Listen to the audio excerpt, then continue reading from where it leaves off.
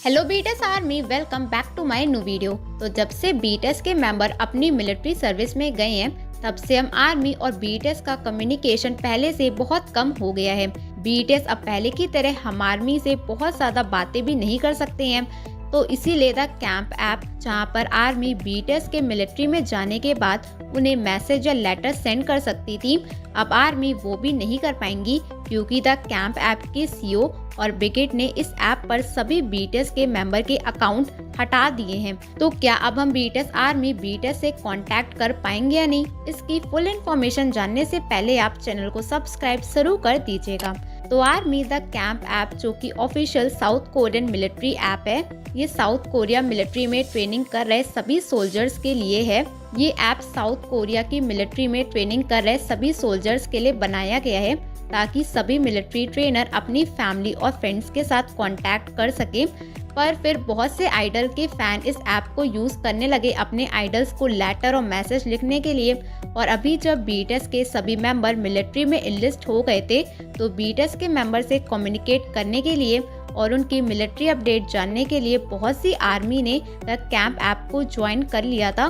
और आर्मी की वजह से इस ऐप पर पहली बार इतने सारे यूजर्स आ गए थे, और आर्मी की वजह से द कैंप ऐप बहुत ही ज्यादा बूस्ट हो गया था, और आर्मी और बीटीएस की वजह से अच्छा खासा प्रॉफिट कमा रहा था। तो इसीलिए ब्रिगेड ने बीटीएस के सभी मेंबर्स के अकाउंट द कैंप ऐप से हटा दिए। तो 23 दिसंबर को जब बहुत सी बीटीएस आर्मी बीटीएस को लेटर लिखने के लिए उनके अकाउंट पर गई थी, जो कि स्टार सोल्जर सेक्शन में था, तो आर्मी ने देखा कि यहाँ पर बाकी के पॉप आइडल्स के अकाउंट हैं, पर सभी बीटीएस मेंबर के अकाउंट इस ऐप से गायब हो गए हैं। फिर थोड़ी देर बाद रिपोर्ट के थ्रू हम आर्मी को पता चला कि बीटीएस के मेंबर के जो अकाउंट इस ऐप पर थे, वो ब्रिगेड ने हटवा दिए हैं, क्योंकि बीटीएस के जो राइट्स हैं वो सिर्फ ब्रिगेड म्यूजिक के पास है, और इसीलिए सिर्फ ब्रिगेड म्यूजिक ही बीटीएस के नेम से पैसे कमा सकती है। दोस्तों, द कैंप ऐप की जो टेक टीम है, उनका कहना है कि ब्रिगेड म्यूजिक को मिसअंडरस्टैंडिंग हुई है कि कैंप ऐप बीटीएस के थ्रू अपना बिजनेस बढ़ाने की कोशिश कर रहा है, पर क्योंकि कंपनी नहीं चाहती है,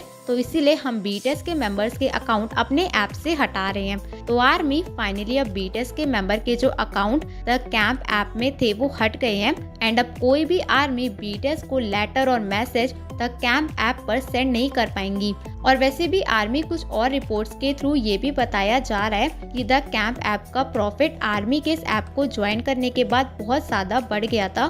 तो इसीलिए द कैंप ऐप पर जो बहुत सी चीजें पहले फ्री थी, अब वो मोनेटाइज होने वाली थी, ताकि वो लोग और भी ज्यादा पैसा कमा सके। तो मुझे लगता है कि ब्रिगेड म्यूजिक ने जो करा है वो सही है।